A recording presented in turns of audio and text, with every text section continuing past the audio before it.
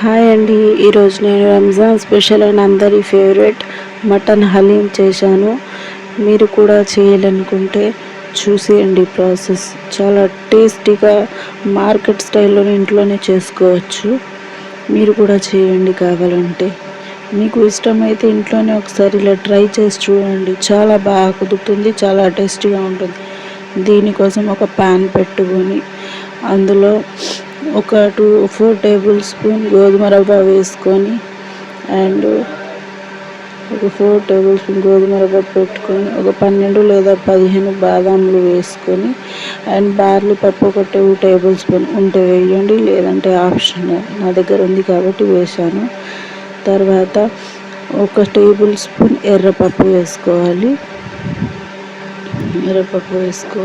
And ఒక 4 table స్పూన్లు rice వేసుకోవాలి. నేను బాస్మతి రైస్ ఉంది కాబట్టి వేసాను, లేకపోతే నార్మల్ రైస్ కూడా మీరు వేసుకోవచ్చు.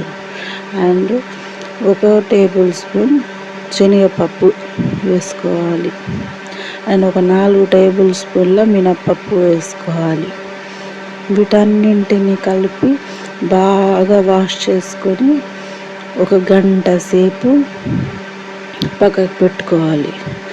గంట సేపు నానిన మిశ్రమాన్ని పక్కకు పెట్టుకున్న తర్వాత గంట సేపు నానిన మిశ్రమాన్ని మెత్తగా పేస్ట్ లాగా గ్రైండ్ చేసుకోవాలి. దీన్నంతా ఈ మిశ్రమాన్ని గ్రైండ్ చేసుకోవాలి, మెత్తగా పేస్ట్ లాగా చేసుకోవాలి. గ్రైండ్ చేసి పేస్ట్ లాగా చేసుకున్న తర్వాత ఆ మిశ్రమాన్ని పక్కకు పెట్టేసుకోవాలి. ఈ పేస్ట్ని పక్కకు పెట్టేసుకొని తర్వాత ఒక కడాయి పెట్టుకొని దాంట్లో ఆయిల్ పోసి ఒక 7-8 ఉల్లిగడ్డలను బాగా ఫ్రై అయ్యే వరకు మంచిగా ఫ్రై చేసుకోవాలి. గోల్డెన్ ఫ్రై, ఇట్లా కరకరలాడేటట్టు రావాలి. ఆనియన్స్ ఫ్రై అలా ఫ్రై చేసుకోవాలి, కాలిపోకూడదు. అలా అని గోల్డెన్ బ్రౌన్ కలర్ వచ్చే వరకు బాగా కరకరలాడేలాగా ఫ్రై చేసుకోవాలి. Deep fry. చూడండి ఎంత బాగా వచ్చిందో కలర్. ఇట్లా వీటిని ఇప్పుడు తీసేసి ఒక ప్లేట్లో తీసుకొని పక్కకు పెట్టుకోవాలి. చూడండి ఎంత బాగా కలర్ వచ్చిందో, చాలా కరకరలాడేలాగా వస్తాయి ఇవి. పక్కకు పెట్టేసుకోవాలి. తీసి పక్కకు పెట్టేసుకున్న తర్వాత ఫ్రైడ్ ఆనియన్స్ రెడీ అయిపోతాయి. ఉల్లిగడ్డలు ఫ్రై రెడీ అయిపోతుంది. పక్కకు పెట్టేసుకొని చూడండి ఎంత బాగా కుదిరిందో. ఎంత చూస్తే కూడా క్రిస్పీగా ఎంత బాగున్నాయో, చాలా క్రిస్పీగా ఉన్నాయి. చూస్తే ఇట్లా క్రంచీగా బాగున్నాయి. చూడండి ఎంత క్రంచీగా ఉన్నాయో. అయితే ఇందులో నుంచి ఒక కప్పు తీసి నేను పక్కకు పెట్టుకుంటున్నాను, ఎందుకంటే గార్నిషింగ్కి కూడా అవసరం ఉంటుంది. అండ్ మిగతా వాటిని నేను క్రష్ చేసి ఆ హలీంలో వేస్తాను అన్నమాట. ఇది బాగా క్రష్ చేసుకోవాలి. దీంతో టేస్ట్ చాలా బాగా కుదురుతుంది హలీంకి. అందుకని బాగా క్రష్ చేసుకొని ఇది పక్కకు పెట్టుకోవాలి. హలీంలో వేయడం కోసమని పక్కకు పెట్టుకోవాలి. క్రష్ చేయడానికి ఒక ప్యాన్ పెట్టుకొని ప్యాన్ ఆయిల్ పోసి అందులో ఒక 2 ఆనియన్స్ వేసి ఉల్లిగడ్డలు వేసి కట్ చేసిన ఉల్లిగడ్డలు వేసి ఫ్రై చేసుకోవాలి. ఆ ఫ్రై అవుతున్న ఉల్లిగడ్డలలో కొంచెం ఫ్రై అయిన తర్వాత అందులో అల్లం వెల్లుల్లి పేస్ట్ వేసుకోవాలి. అల్లం వెల్లుల్లి పేస్ట్ అండ్ ఉప్పు మీకు ఒక టేబుల్ స్పూన్ సరిపోతుంది. ఇప్పుడైతే మటన్కు సరిపడా అంత ఉప్పు వేసుకోవాలి. నేను ఒక టేబుల్ స్పూన్ వేసాను, మీరు తగినంత వేసుకోండి. అండ్ అందులో ఒక table spoon red chilli powder, ఎందుకంటే ఇందులో పచ్చిమిరపకాయలు ఎక్కువ వేస్తే పచ్చిమిరపకాయల టేస్ట్ ఎక్కువ ఉంటుంది కాబట్టి ఒక 1/2 టేబుల్ స్పూన్ పసుపు వేసుకున్నాను. ఇందులో పచ్చిమిరపకాయల ఎక్కువ స్పైసీనెస్ ఉంటుంది కాబట్టి నేను ఒక 15 వరకు వేసాను. ఆ తర్వాత మటన్ వేసుకోవాలి. మటన్ ఒక ½ కిలో తీసుకున్నానండి నేను. అది కూడా బోన్లెస్ అన్నట్టు. బోన్లెస్ మటన్ తీసుకోవాలి. ఇట్లా పెద్ద పెద్ద పీసెస్గా ఇవ్వమని అడగాలి, అట్లా తీసుకోవాలి. అండ్ దాన్ని అంతా ఒకసారి బాగా కుక్ చేసుకోవాలన్నట్టు, బాగా కలుపుతూ కుక్ చేసుకోవాలి.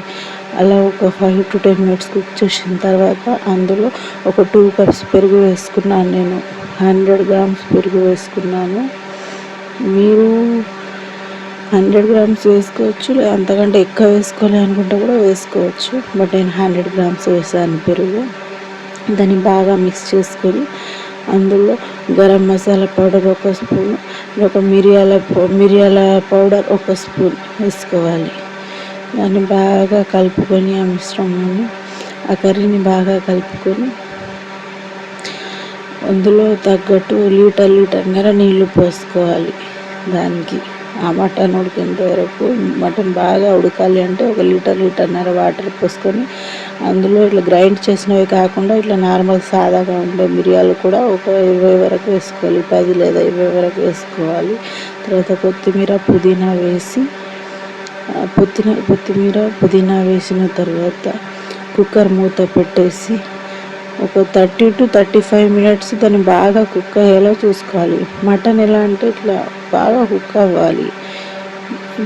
అర్ధగంట సేపు ఎన్ని విజిల్స్ వచ్చినా కానీ మినిమం ఒక అర్ధగంట సేపు అయితే మటన్ ఉడకాలి. ఎందుకంటే అంత బాగా మటన్ ఉడికితేనే అంత బాగా మనకు టేస్ట్ అనేది కుదురుతుంది అండ్ హలీం చేయడానికి ఈజీ అయిపోతుంది ప్రాసెస్. కాబట్టి ఒక 30-35 నిమిషాల వరకు దాన్ని కుక్కర్లో ఉడికించాలి.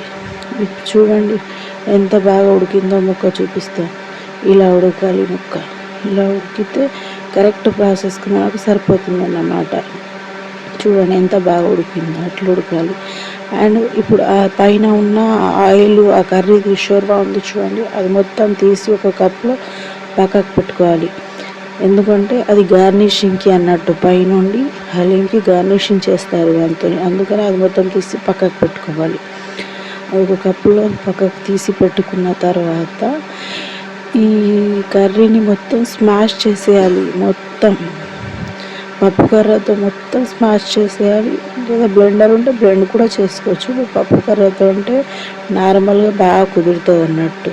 నేను పప్పు కర్రతోనే చేశాను కాబట్టి మీకు తగినట్టు చేసుకోండి. బాగా స్మాష్ చేసుకోవాలి. ఎలా అంటే ఇట్లా ముక్క కూడా ఇట్లా అయిపోవాలి, ఇట్లా వక్కలు లాగా ఇట్లా స్మాష్గా మనకి ఇట్లా చూడడానికి ఇట్లా కనిపించాలి. అట్లా తర్వాత దాంట్లో ఇంకొక లీటర్ వాటర్ పోసి అందులో మనము ఆనియన్స్ని ఫ్రై చేసి పక్కకు పెట్టుకున్నాం చూడండి, ఆ ఆనియన్స్ వేసేయాలి. అది క్రష్ చేసి పక్కకు పెట్టాను చూడండి, అది ఆనియన్స్ ఇందులో వేసేసి ఆ తర్వాత కొత్తిమీర పుదీనా కూడా వేసేసి, కొత్తిమీర పుదీనా వేసిన తర్వాత ఘీ లేదా బటర్ అంటే నెయ్యి లేదా బటర్ వేసుకోవచ్చు.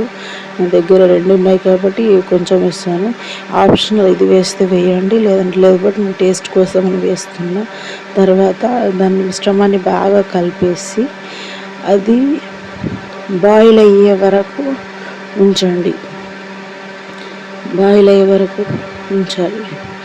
అది బాగా బాయిల్ అవుతున్నప్పుడు మనం ఇందాక పప్పులు మిక్స్ చేసి పేస్ట్లా చేసుకొని ఉంచుకున్నాం చూడండి, అది దీంట్లో కలిపేయాలి.